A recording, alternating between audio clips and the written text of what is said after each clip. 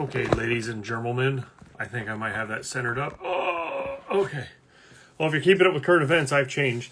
Otherwise, so this is going to be our second Who the Fuck Are You for the evening. Tomorrow we'll have the other two candidates that are left on there. But we're going to go ahead and grab Steve Moneypenny and have him come in and tell us about his campaign and bid for... Wait for it. Wait any second now. He'll be here in just a moment. Oh, well. There he is. Holy crap.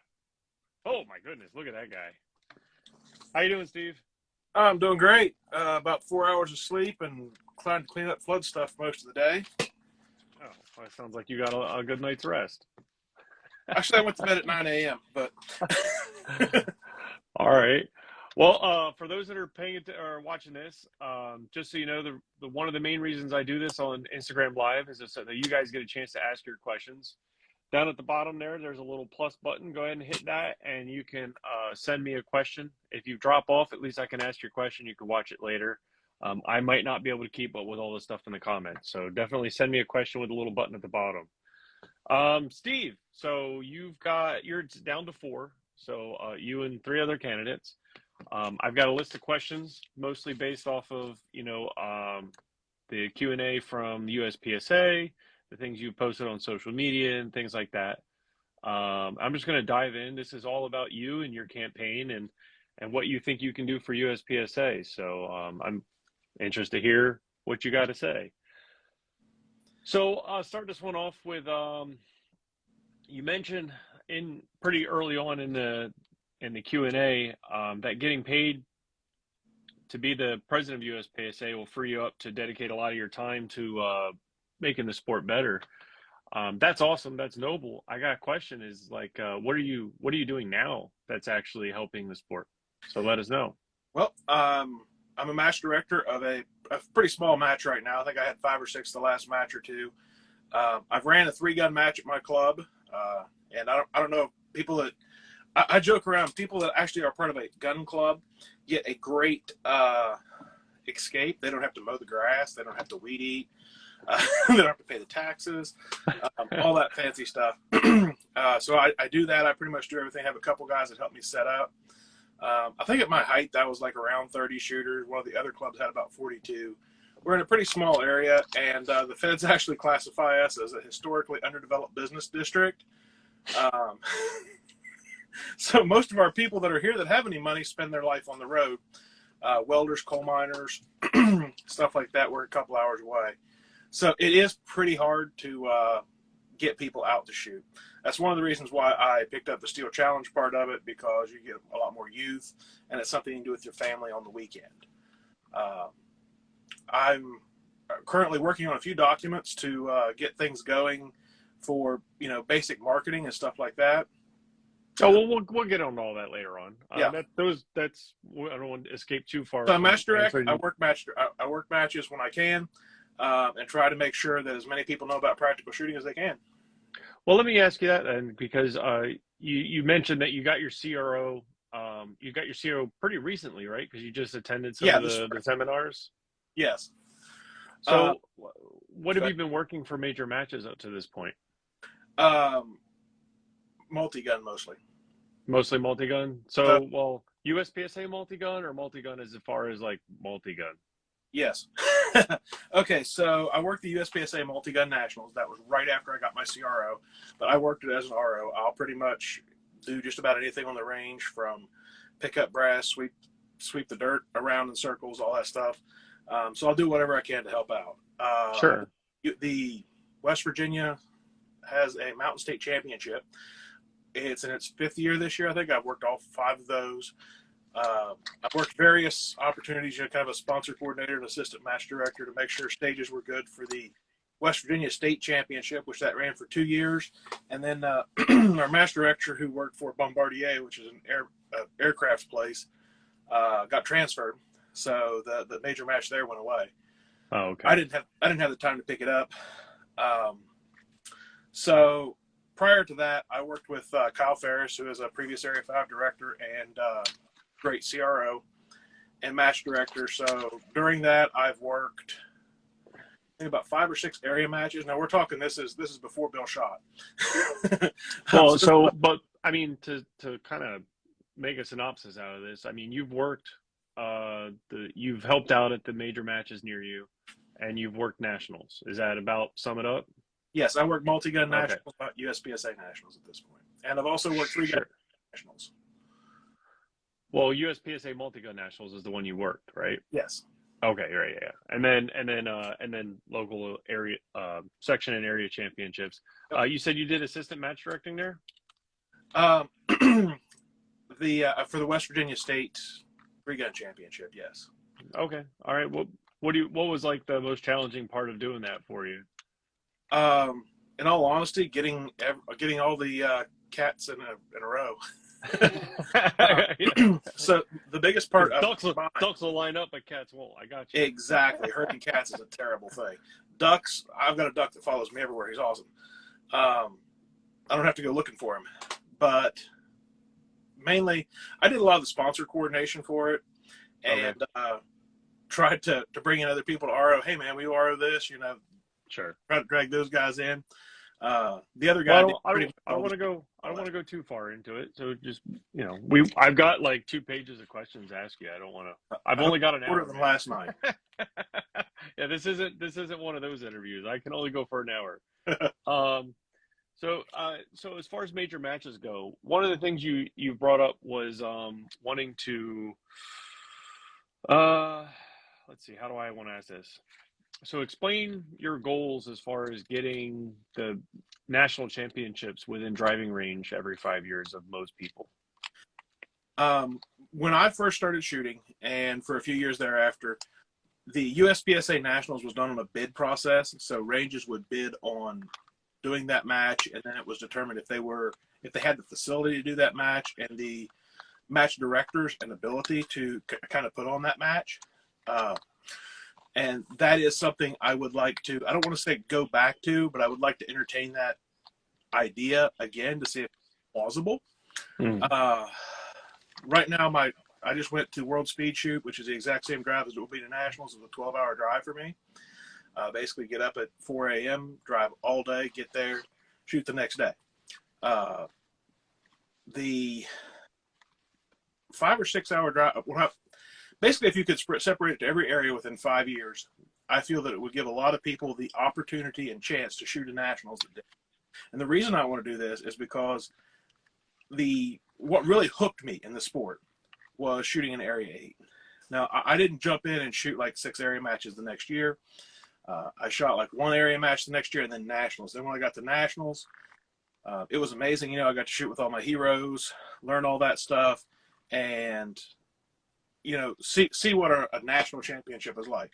And it just made me want to go do that more. And again, I did that probably a lot more than I should have in my youth. So, I mean, as far as facilities go, how do you see that going, especially with us doing 24 stages at a match at a national championship? Do you think there's enough clubs to handle that? In today's day and time, I think the 24-stage nationals is really pushing it. I think we're going to end up at a max of 20 stages. People say they don't want 2 stages per bay, but if you put experienced ROs on those stages, I've shot nationals with 2 stages per bay since 2005, I think it was. At Paso Park, there was always 2 stages per bay. No, you're talking you're talking more like speed shoots, not like field courses. Yes, obviously you're not going to get a field course, but you have a. We get into the definition of here: a short course or a speed shoot. Yeah, that's what it was. You shoot one over here, shoot one over here, and score them up. And it really took no longer than just shooting 1 field course or larger stage or medium course. Mm-hmm. But you think so? That would be what you need a match with something to do it right. You need a match with what, like 16 bays at least, right? 15, 16, somewhere in that. Right. Number. So are you seeing there being enough of those types of clubs to be able to move around that much? I think so, and I think there will be in the not too distant future. I know there's a couple facilities, one being worked on in South Dakota, which I know isn't close to anything, but it's just an example. Perfect example. You know what they say: if you build it, they will come. It's what happened with Cameo, right? Right. Well, let me get So, into some of the board minute stuff. So, uh, you don't seem to think that the minutes are detailed enough. Tell me what you think it should be. well, first things first, it's got a little bit better. The last couple of sets of minutes, they have gotten better. I think anytime you go into executive session, you need to know, the topic of that executive session. Like I said, things are improving. I don't want to sit around and be a negative Nancy about everything. I feel that the agenda needs to be up front. Here's the agenda. Here are the minutes that go with it. This is what we did, and why we did it. There needs to be some discussion. If there's discussion, you should put down, there was discussion on and this topic. So the topics of discussions and stuff, even though they're outside of motions, I feel should be in the minutes. And according to Robert's Rules of Order, you can do that. Holy shit, you can read. I had no idea. Hey, somebody told me it said Robert's Rules of Order. I'm hoping. you were doing the audiobook. You bought the real one just for show and tell. I haven't listened to that in audio, and it would probably put me to sleep in audio format. Yeah, probably. Don't want to do that driving.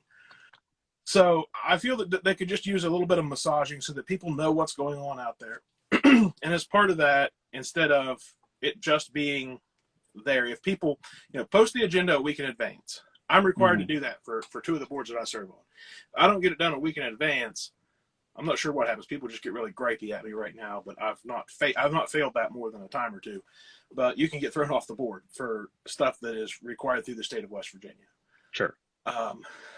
Or they can refuse your grant funding, which I don't want to be the reason that happens. So having that agenda out there, say, hey, does anybody have any comments, on this topic or whatever? And you can be as specific as you want to be with that agenda.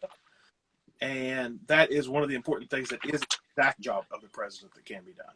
So agenda's out in advance.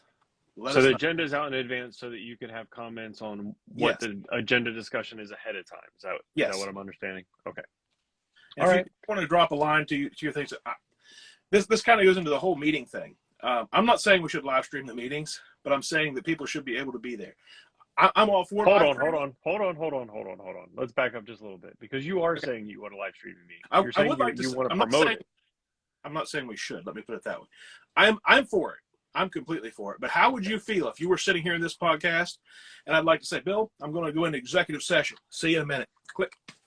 And 20 minutes later, I go, hi, Bill. We just come out of executive session. We are going back into executive session because I really can't discuss this in front of you. Bye. That would suck. And that's exactly what has had to happen by law in the last meeting. Let's not call it live then. Let's say you do a recorded. Yes. And that's what you're because you're saying not live, but what you're saying is instead of live, it should be recorded and posted. Yes, I feel that would be the best way of doing it. Now, there are going to be meetings that would be live streamable. Well, help me understand. Help me understand what's the benefit? To give members the real-time feeling that they understand what's going on. So we're not doing it live, so real-time wouldn't apply. But, well, hypothetically, we type something on the internet. Okay. Right? You read it, you think, he sounds like an asshole. Oops, we're not supposed to say that. Anyhow, you get the point. So when I'm sitting there and I say that in person, sometimes it doesn't come across that way. Sometimes it does. But you get the context a lot more of the conversation that's happening instead of just hearsay and brief minutes. There's a lot of things that happen in meetings that really never make the minutes. I mean, in every meeting, not just USPSA, in any meeting that goes on, you don't get a very good feeling of belonging to that organization from the minutes. Okay, so it would give now. How would you go about trying to get that done? Because right now, I mean, that's not something you can just roll in and be like, hey, guess what? We're doing this now. Strap on your suits. Here we go. Exactly. Hey, somebody else was talking about doing that. I can't guarantee it. I can support it, and I can ask the board members to do it. And it's going to be up to the members to push the board members to do it. I can put it on an agenda for discussion and see what everybody thinks. Sure. But I can't get a motion to do it. So if people want that done, areas, and then the number at uspsa.org, email them. Say, hey, I would love to participate in the live stream of the minutes. I'd love to see, or still the minutes. I'd love to participate in a live stream of the meeting, etc. Right now we have, I think, at least 3 podcasters that go through the meeting minutes and read them out loud for everybody. Some are better readers than others, but they're doing something that the board isn't. That's not against the board. I think that USPSA podcast goes over some of the minutes, not all of them, because some of them are just blatantly boring. But there are some people that do just read that, and if that's something that people want, I can do it. Well, you talked about you said implementing a system of verification that the board members are basically following the will of the members under them. Right. How does that explain that one to me? There seems to be a feeling of a general feeling of a lot of people, and I want to say general feeling. It's memes. It's people saying the board doesn't care what you do. It doesn't care what you do. We have some board members that say, well, I talked to this many people, and that's what they said. So I want this for verification in both ways. So as a board member, you don't want just hearsay being what you voted on. It's not quantifiable, so to speak, because I remember the things I like better. I can't remember certain bad restaurants I've been to, but I can definitely remember the good ones. So if you like it, you remember it better. So if it's an opinion you agree with it, and we all have yes people in our lives. So if we can, and I think this is being worked on with USPSA right now, if we can have a simple, jot form, survey monkey, whatever, to say, look, we're considering flashlights and lasers in the 17th new division of, whatever. What are your opinions? Click here. I hate new divisions. I want green flashlights. I want red flashlights only, whatever.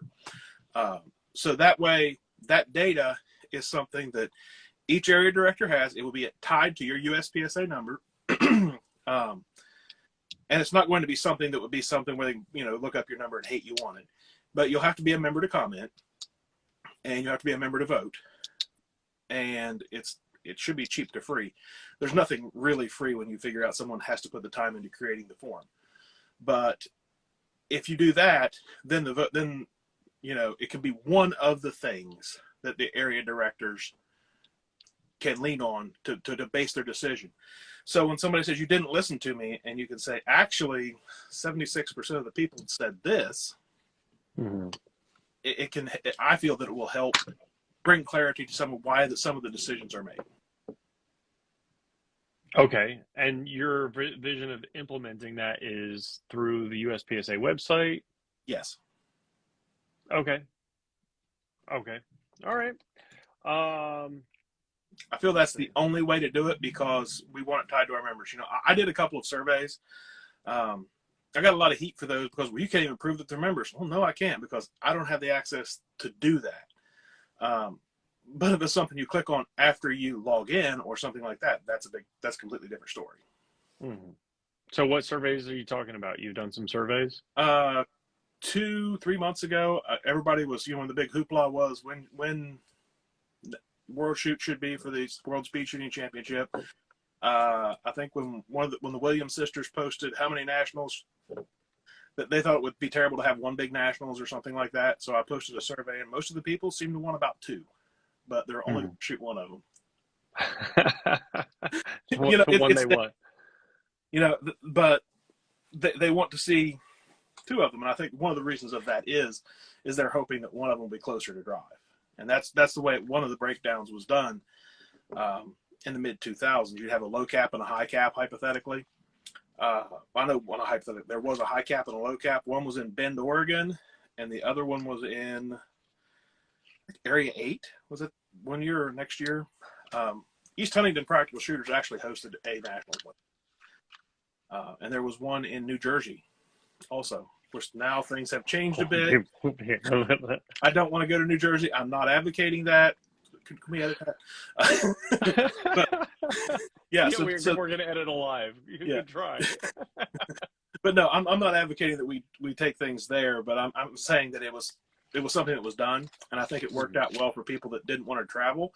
A lot of them would just load up the production gun, or a lot of shooters have guns for more than one division. Hmm. Okay.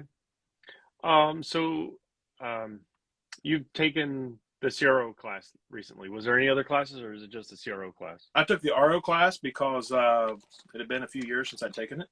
Hmm. And I could have probably said, hey, can I take the test, and begged around out of it, but I didn't. I said, hey, the class is there. I'll take it. So as it turns out, I learned a plethora of things from taking that class. First things first. Oh, maybe even a cornucopia. Maybe. Big words. I'm not too good with those. Oh, just kidding.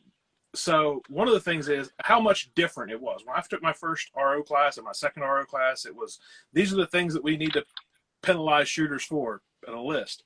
And now it's a thing of, this is how we help the shooters through the stage. And if they do things, this is what we need to do. It was not necessarily more of a penal code as a guidelines on how to help shooters and things you can do to prevent from DQing shooters. Before it would just kind of wait until they do it, and then, oh no, now it's like keep them safe. And like, if you touch a shooter that was about to fall and hurt somebody, and then they have to get a reshoot because of that, so be it. It's an error in safety. So do that. The other was just observing the people in the class, the amount of information needed to be absorbed during that class, and stuff like that. So also I got to observe how Russ put the class on at York Practical Shooters. They actually got, of course, they need ROs. They need good ROs to run their matches. They're running almost 100 people per month. So there's 5 clubs in the area, and instead of charging the shooter $60 or $80, they charge $20. The $20 pretty much covered pizza and snacks. So then with that, if you would go up to any of those matches and not work the match, just tell them, I was in the RO class and here's my RO certification, they would allow you to have a free match. Mm-hmm. So literally you get paid to go to the RO class. Right. Now, Or at least 6 hours. So it would be very expensive for me to get my free matches. Well, so you went to the one at York. Is Yes. there and that's not close by you at all. No, so that's one of the questions that came up in the comments is do you think there can be do you think there's something that could be done about the lack of seminars? Yes. More people can volunteer to hold them. Okay. I mean, that's clearly like the line, right? Like, right. So first of all, I think a lot of the education that's in the class, some of it is available online. Mm-hmm. But I think more of it could be available online. And I'm not saying that we give the RO certification, because there is so much to be learned in the practical application of this that I don't feel at this point we're ready to move to more of an online training or a mentorship training, because in order to do that, we would have to train the mentors too. But I do want the training online so that hopefully the people that go to the class can actually learn and absorb more, just because I don't know how many classes you've taken and studied learning, but the more times you see something, the easier it is to remember it. And I did feel that some of the people in that class were overwhelmed. And well, that's one of my questions, because you were talking about wanting to improve the online classes, and I guess like with still wanting there to be a RO seminar, what exactly can the online class do? What would that look like? Oh, that's a tough question this evening. I think it will be kind of a breakdown of the segments that are in the RO class, and each one of those segments, I don't have a carrot for that one. But for those people who want to learn more about the sport, the first RO class I took, I did not want to be an RO. I wanted to learn more about scoring and how the sport was working. Again, this was 2003, and I was a B-class shooter that drove 3 hours to every match I went to. I didn't want to work because I couldn't get up earlier than about 5 a.m. as a college student and drive to the match, shoot the match, get home, and do my homework. Mm-hmm. Okay, so it wasn't that I was afraid of the work. It's just I didn't have the time, and I didn't have the mental energy to do it. So if that would have been available at the time, I probably wouldn't have went to that class. I probably wouldn't have not, got the certification, not got recertified and all that stuff. Uh, so I think each one of the segments of the classes taught could have their bullet points out there and have, talk about it, maybe even a discussion about them online. It would be a kind of a difficult thing to do, but if you could ask, and you can do this right now on the test, you can flag it and make comments.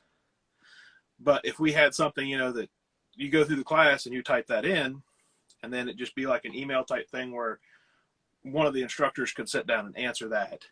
Yes, it would be a little bit more work, but the way I look at it, the more questions asked, the more thought that goes into it, both from the RMIs and from the student. Hey, what about this? And man, I've seen Troy answer dozens of emails and stuff. I ask a lot of stupid questions. He's even answered my emails. Would you believe it? You know that about me. I ask a lot of stupid questions. Sometimes I get great answers. Sometimes I get better answers than I thought I would. But these making it easier for people, maybe that's what I'm looking at. Instead of having to email the question, the context, you go through and this is a section of it.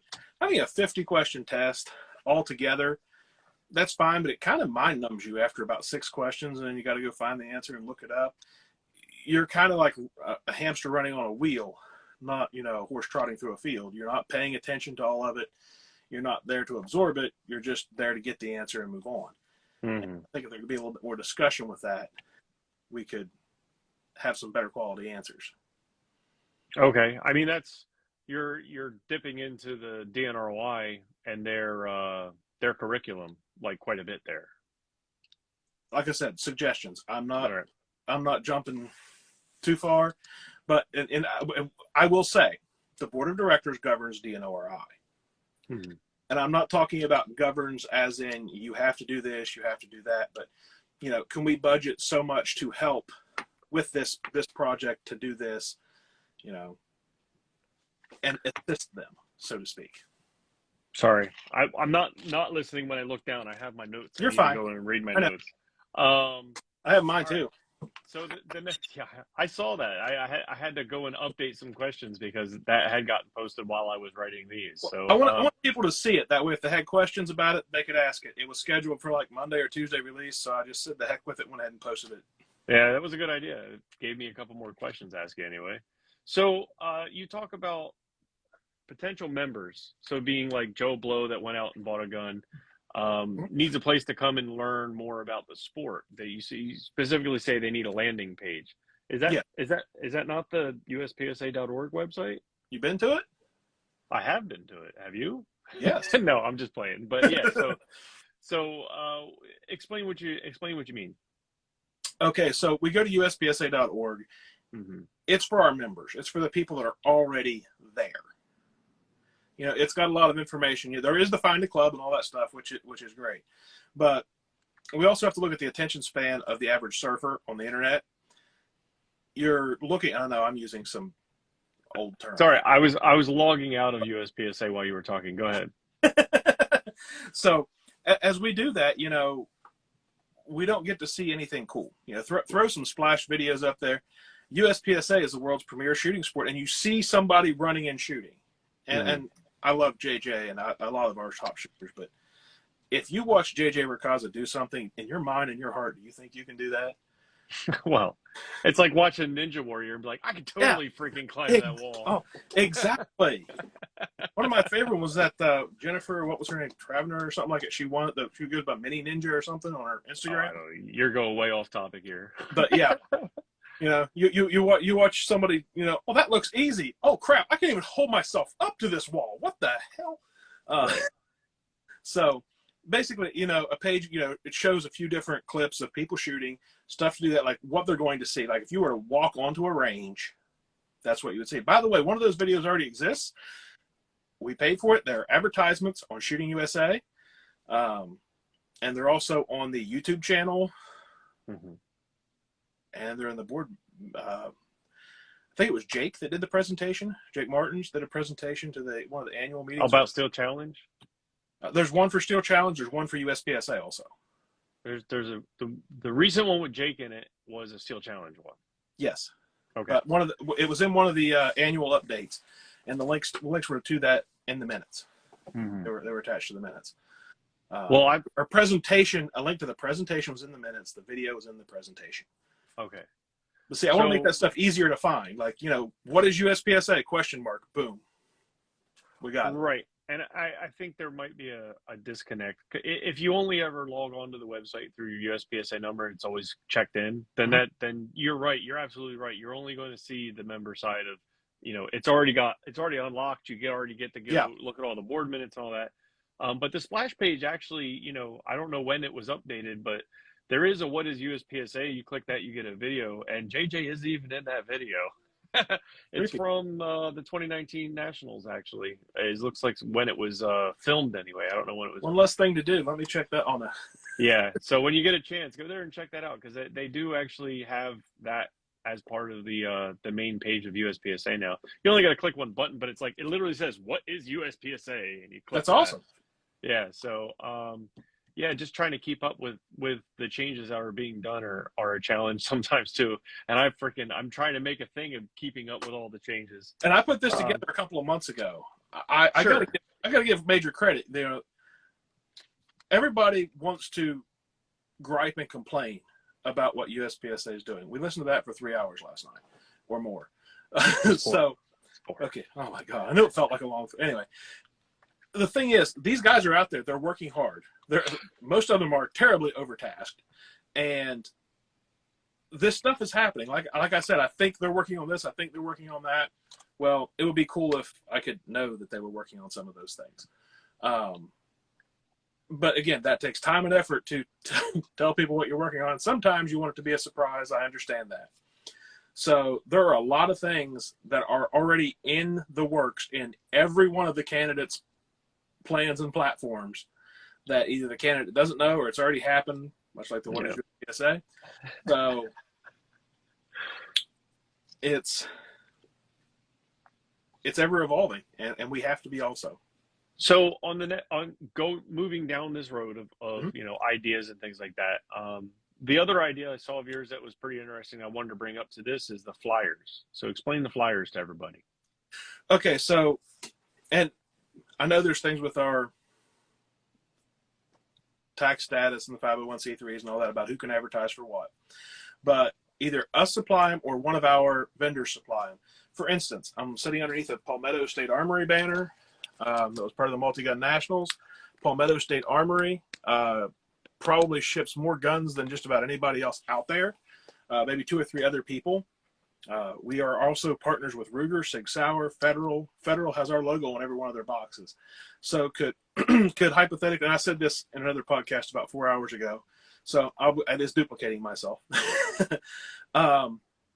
So hypothetically, if I think Grant Kunkel won PCC Irons PCC Open, so the optical sight at the World Speed Shooting Championship, okay, with a Palmetto State Armory gun. So Palmetto State Armory could brag, fastest PCC in the world or whatever, and check it out at, and then have a link. So basically, what I'm getting at here, a little bit of a long-winded way, is have a postcard or a flyer that has a QR code that will take you to USPSA's website, so that anybody that wants to learn and sees it, when you open up one of their boxes, says, "Oh, this gun I can shoot USPSA with this gun," or at least know the organization exists. And I think I've heard this a number of times. I've been standing on the range and said, "Man, I didn't find USPSA till I was 50 years old. I wish I'd have known about this when I was 30. I'm like, when did you start buying guns? Well, I was about 25 or so.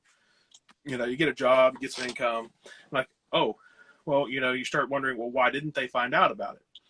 USPSA also used to have a partner program with the gun ranges and in a gun store. You could sign up for that partner program. They'd send you a few brochures and flyers so you could put that up and stuff like that. Yes, that would cost some money for advertising. I think it will be brought back within with the members, the increased membership. Mm-hmm. Just getting people to know about it is the hard thing. And I don't mean this as a slam to anybody, but most of the time we market to ourselves, right? I mean, Oh, absolutely. That's pretty much the only way. I mean, even my Instagram page, your Instagram page, there's probably not a person that doesn't know what Go Fast Don't Suck. There's probably not a person here that does not shoot USPSA or Steel Challenge or something like that. No, they exist because they ask, what does this meme mean? That's awesome. You're getting new people. Yeah. Check out USPSA.org. Oh, all right. So, but in general, you're looking to put flyers in people's hands when they buy a firearm, so that, or they visit a gun store, so that maybe they hear about the sport that way. Yes, pretty clean. Kind of a grassroots method to get things out there, and also some suggestions. Like standard procedures for clubs. If you're running a club, or if you just want to help out your local club, go to the local gun shop where you buy your ammo and talk about stuff on Saturday morning or whatever if you're not at a match, and say, hey, I shoot USPSA. Can we leave a few flyers here or something like that, a sticker or whatever that shows people what they can, what the sport's all about. Mm-hmm. Well, I mean, so obviously that costs money, right? And in your Q&A answers, which happened in, I guess it was February or March, something like that, is when you did the answers for Q&A. Yes. You mentioned that the finances of USPSA are stable, and then shortly after that, they threw a curveball by having a discussion about raising membership dues or activity fees. Things change fast, eh? It only takes a couple months. Man. Last week there was 5 people.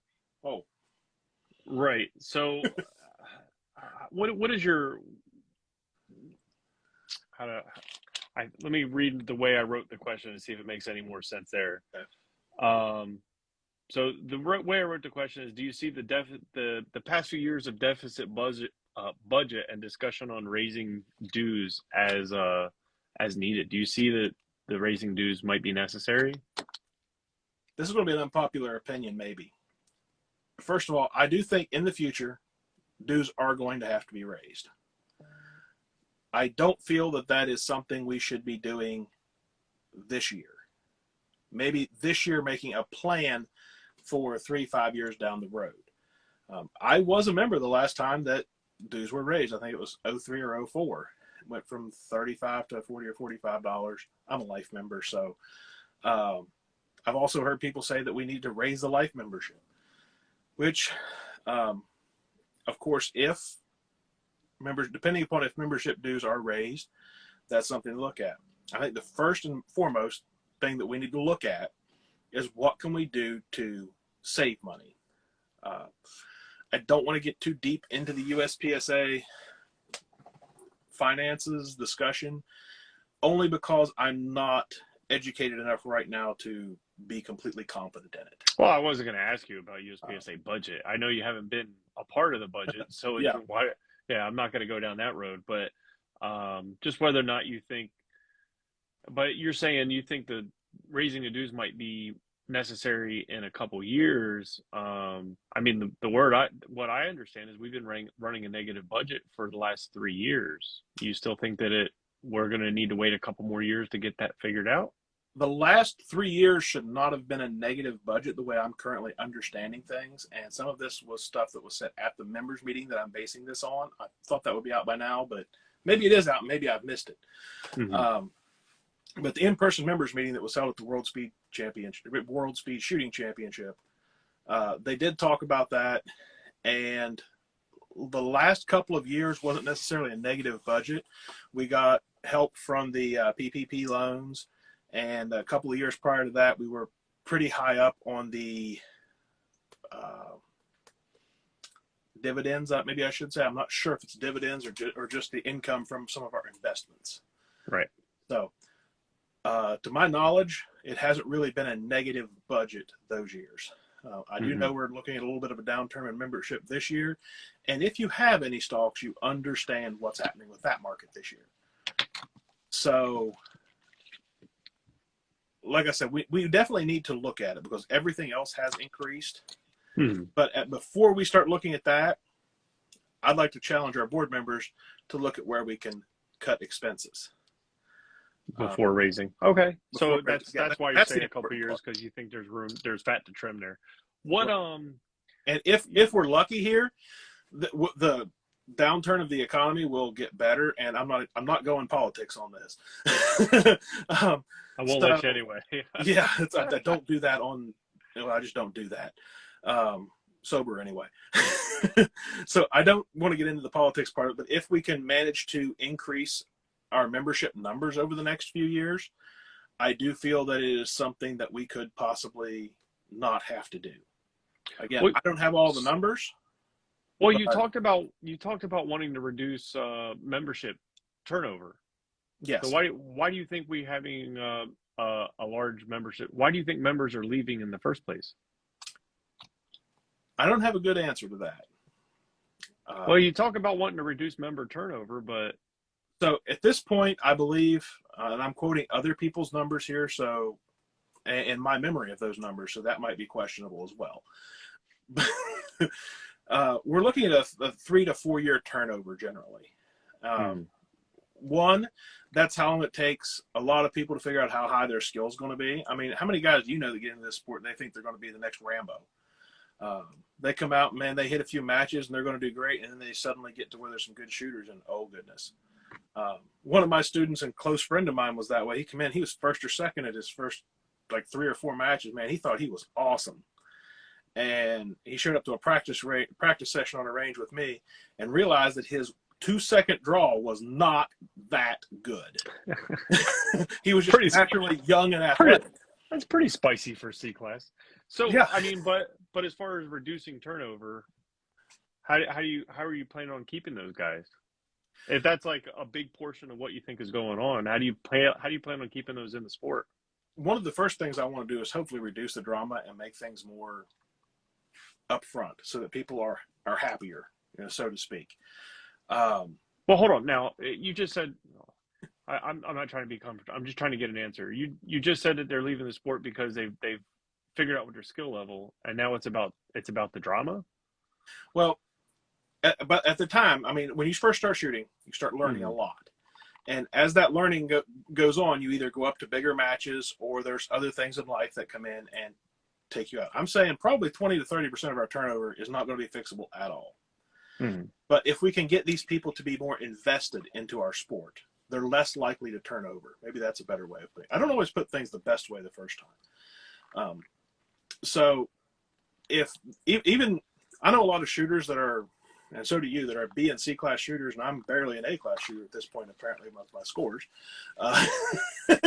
So that have been doing this for a long time, and we're doing it now. We're going to be doing it in 5 years, probably going to be doing it in 10 years, and hopefully be able to do it in 20. So once your, let's say, shooting skill begins to peak, if there is something else that brings you into this sport with the enjoyment of it, such as working the match, just the interaction, the camaraderie with people, I think that can be a way to lessen the turnover. And you think there's a way for you to foster that from the top? Well, I think that we can give people the tools to foster it from the bottom, because that's where it has to start. Okay. And like I was talking, bringing new people in, if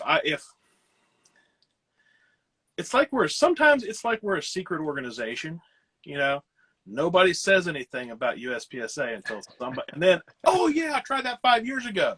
Oh, why don't you come out to another match with me? My fiance is part of a glass museum, and I'm sitting there and I'm talking, and somehow I end up being friends with this guy. Said, yeah, I used to shoot IPSC in the 80s. And I'm like, hey man, why don't you come out to a match? He said, well, when do you have them? Like, at the time I was having a bunch of them on Sundays. He's like, oh, I go to church every Sunday. Yeah. I'm like, darn. Well, that's when the range will let me have it, though. Well, for you, I own the range. I own the range, so that means I have to take off Friday to set up. So I had a couple matches, and I don't know if that guy's come out, but I've gotten a lot of other people that, that will come out because of that, adjusting it. So getting that conversation started with people, I think, is one of the things that brings more people in. Having more friends that do it and things that do it will keep that moving along, so to speak. So your main job Well, one of the main jobs of being the president is going to be the nationals, and you have a thing where but you've said in a couple different forums here that you think nationals needs to be a lot better. So, like, just give me like two main points about what you think you can do to make nationals better. Two. What two things that Steve Moneypenny, as president of USPSA, can do to make the matches better? So I'm going to have a multifaceted answer to one of those. Yeah. Okay. So I want to make it feel like a bigger, better, more special match. Mm-hmm. And by doing that, it will make it look better. We've had this conversation a couple of times. You had a little bit of it the other night. When you walk up to the Hunters HD Gold Bay, wherever they're at, you see these big, beautiful banners, the fancy flying things. Mm-hmm. The other people aren't doing that. They're not that expensive. They're not cheap. But, just things that make it all look nicer. Getting the sponsored logos and banners in good places. Little things. And I'm not saying that our guys don't have attention to detail. I'm just saying that I think it could be a little prettier and given a bit more help and effort into it that we can do that. Okay. So making the match look more like an event. I got you there. Okay. What would be the second point? What was number two? I think I've forgotten it. By having nationals moved around a little bit, I feel that it's going to bring newer people into it that haven't shot nationals before, and that will also foster more people wanting to do. I know a lot of our nationals fill up, but some of them don't. Well, I get what you're saying there, but I'm just saying for the year and a half that, is likely to be the term of this current election cycle, you're probably already going to be locked into whatever contractual obligations we've had. So absolutely, and I intend to follow just to set people's expectations there. Oh, exactly. Yeah, the 2023 World Speed Shooting Championships has already been set. That's where it's going to be. Yeah. I really hope they're going to announce a nationals from a nationals in a couple of weeks here. So we're under contract to do that. So that part. The other thing is I wanted to bring vendors. You're one of them. Oh, don't say that. Well, you represent a couple. So I actually went to the Del Mar VA section. There was this guy there that had this really cool booth set up. It was almost like going to a gun store on a range, and there's places where people could sit down, hang out, chill, talk about silly stickers and patches and stuff like that. And I think that's awesome. I went to the World Speed Shooting Championship. We had 4 vendors. We had more than that. We had Hunters HD Gold. We had Tandem Cross, who showed up on Saturday. There was Grizzly Ears, which was there for the duration also. CP or Chet Whistle. He makes awesome 2011s, excuse me. And CWA, there we go. And there was also another ear pro guy that I can't remember his name. I think he was part of Premier. Yeah. There. So we had 5 vendors. Now the lunch was on the opposite end of the range. This is one of those little things that I would like to, hey, have the lunch guy there so everybody's kind of got to walk past our vendors. Sure. So bringing those vendors in, and to me, that was the first really big match I went to was at East Huntington, Pennsylvania. Well, hold on, man. Well, I've only got 11 more minutes, and then we're going to be gone. So when I got there, there was 3 gun stores there. It was amazing. I could see everything I'd read about in the magazines. And that's one of the things I want to bring. So I do have 2 more questions for you. Okay. And at this point, anybody still watching, if you've got a question for Steve, hit the little plus button down there, or at this point, you can just go ahead and type it into the comments, and I'll ask it. My second to last question here is, explain what you want to do with Steel Challenge by having representation in the sport. Having spoke with a lot of Steel Challenge folks, they feel like they don't have the ear of the board, so to speak.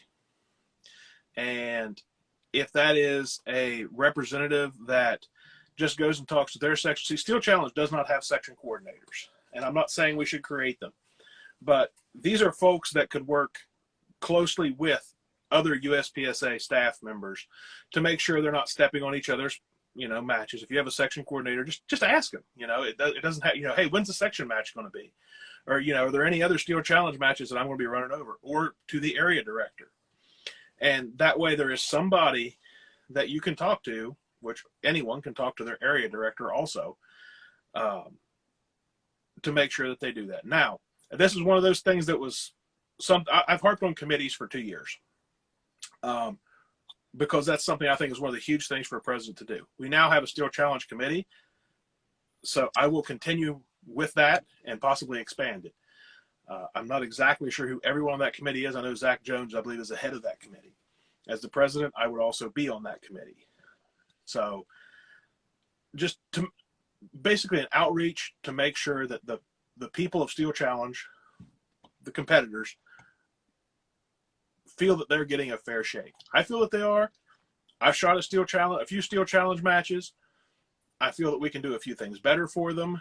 One of the biggest ones is we need a Steel Challenge only RO, because there are a lot of people that don't shoot USPSA, period. Whether they physically don't have the ability or whether they just don't want to. And that's going to be the end of them. I mean, that's all they're ever going to do is Steel Challenge. Especially the Canadians. They're not going to shoot USPSA much. No, they shoot IPSC. I send IPSC targets up there once in a while. So I did get a question that came in from Manny. He wants to know, he's confused with the question that's going on within Steel Challenge about their national slots. Do you have any insight there about national slots for Steel Challenge? The confusion at the members meeting. It's not going to be done exactly like USPSA. We don't have sections. So basically, we're using USPSA as I'm not part of the process right now, but I very much support how they're doing it. And this is the guys on this committee are Zach Jones, and I know he's getting a lot of his data done by Jeff, and I'm pretty sure Jake's on the committee also. These guys are looking very carefully to make sure they award slots to folks that need it. The confusion is nobody knows exactly how that's going to go. There are a few absolutes that we do know that it's going to be done for division and classification. So it's going to, we're not saying that just because you don't win a whole division, you're not going to get it. If you're B class, or if there's enough people, if there's 2 B class at your area match, those guys are going to have slots. And of course, the slots are only awarded to, I'm going to Area 8 Steel. We're not giving Area 8 slots to Area 5 or 4 or 3 people. Right. So I don't feel that it's going to make a difference in a lot of things with Steel Challenge. It is going to make a difference in the massive amount of people trying to get slots. I asked a couple of the top competitors that shoot a bunch of divisions. I was like, so tell me, what does opening night, whenever the slots open up, look like? And one guy that I'm quoting, I'm not going to tell you who he is, he said, it looks like freaking NASA. We have 3 or 4 phones. We have 2 PCs, So they're sitting there doing this. So, and I love these guys, and they got to do it because they want to, they want to shoot. They want to get all their firearms in, yeah. Yeah, they're trying to get all their stuff in, but they're crashing the system. They're complaining about the system being crashed for. Right. And I've also been told, this was the members meeting, I'm not telling any secrets, I don't do secrets, that USPSA is working on a sign-up system on our website so that we can make sure the server space is dedicated to that. Gotcha. Okay. Well, I don't have any other questions from the viewers for you. So I only have one more question for you, and then I'll let you say whatever your piece is at the end here. The question I'm asking is this. Well, no, hold on. The lead into the question is this. So right now, if none of you 4 candidates get 50%, we end up in a runoff election. And that's if one of you has 50% or 49% and the rest of you have 10%. That math doesn't work out. Forgive me for my ignorance. But it's still like you still end up in a situation where we have to have a runoff election when the next person's still like 25 points away. So if the spread is big enough where after the election is done and there's an obvious winner, and I mean, it would have to be obvious, but if there's an obvious winner, would you concede and let that person be the winner without having to do a runoff election? I have a bit of a never quit attitude. I've already said that I'm going to run again the next time if I don't get it this time. So I don't think I would concede. And So if somebody's got 40% and the rest of you are sharing 15, you're like, well, I want my chance to get that win. if it's that big, And this is what I'm saying, an obvious if it's winner. I'm not if it's saying you guys are 2 points away. I'm saying it's an obvious winner and to everybody. depending upon the votes and all that stuff, it would have to come down to a decision at that time.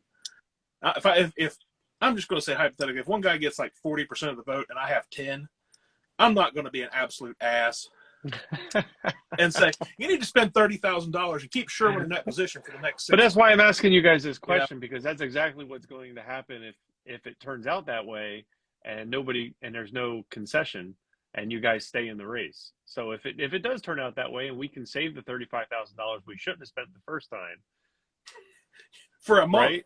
That's 1 month. I know that's Anyway. a side topic, but if we can save that money, would you entertain the idea of doing it? And that's I what would I'm asking definitely you. consider it, but I'm not going to sit here and say that I am, because I do have a never quit attitude. I don't think it's going to be that long. Well, I don't know. Thing. I don't know either. I'm just putting the question out there because it hasn't been asked before. So I have looked at other elections. I'm not going to say I didn't research other elections. Since you asked this specific question, I haven't had the time to, but I looked at how the runoffs worked before and have worked.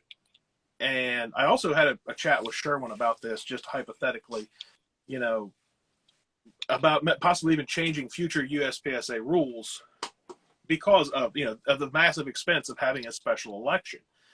And the consensus kind of come down to both Sherwin and the board have done research into the last 3 or 4 elections with runoffs, which would have went back to Mike Voigt. Come on, man. We got like 4 minutes left. Okay. Which would have went back to Mike Voigt. That a lot of times there was a big turnover because there would be a guy that was just number 3 by just a little bit.